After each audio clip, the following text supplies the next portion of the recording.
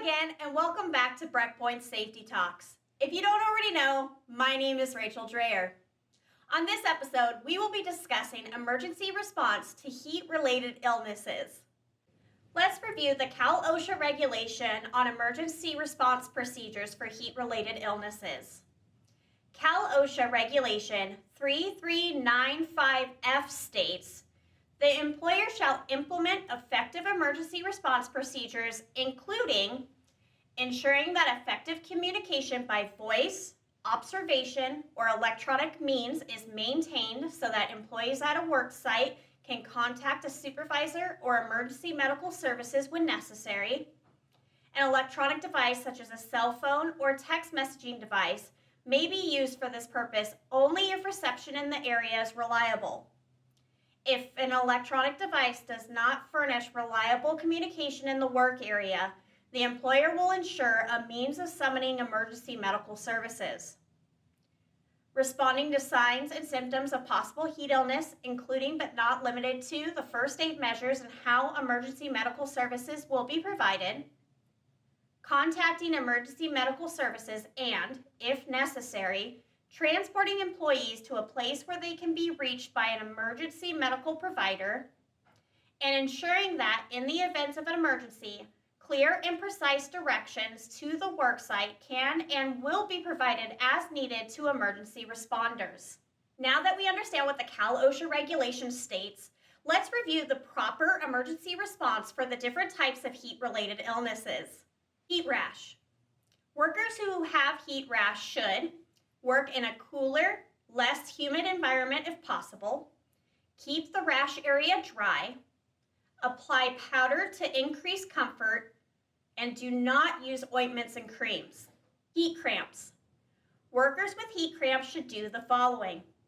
Drink water and have a snack or a drink that replaces carbohydrates and electrolytes, such as a sports drink, every 15 to 20 minutes.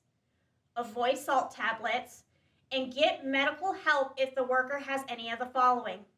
Heart problems, they're on a low sodium diet, or has cramps that do not subside within 1 hour. Heat syncope. Workers with heat syncope should sit or lie down in a cool place and slowly drink water. Rhabdomyolysis. Workers with symptoms of rhabdo should stop activity, drink more liquids, water is always preferred, seek immediate care at the nearest medical facility, ask to be checked for rhabdomyolysis. This can be done with a blood sample analyzed for creatine. Heat exhaustion. Treat a worker who has heat exhaustion by doing the following. Call 911. Remember, if heat exhaustion is left untreated, it can easily turn into heat stroke. Have someone stay with the worker until help arrives. Remove the worker from the hot area and give liquids to drink. Remove unnecessary clothing, including shoes and socks. Elevate the worker's feet. Cool the worker with cold compresses or have the worker wash their head, face, and neck with cold water. And encourage the employee to take frequent sips of cool water. Heat stroke. Take the following steps to treat a worker with heat stroke. Immediately call 911. This is a medical emergency. Stay with the worker until emergency medical services arrive. Move the worker to a shaded, cool area and remove outer clothing. Cool the worker quickly using the following methods. With a cold water or ice bath if possible. Place cold, wet cloths or ice on the head, neck, armpits, and groin, or soak the employee's clothing with cool water. Circulate the air around the worker to speed cooling. Important note, whenever 911 is called, especially in areas where it might be difficult for medical personnel to find the location of the victim, assign an employee to meet paramedics and guide medical personnel to the victim. Thank you so much for watching this episode of Breakpoint Safety Talks.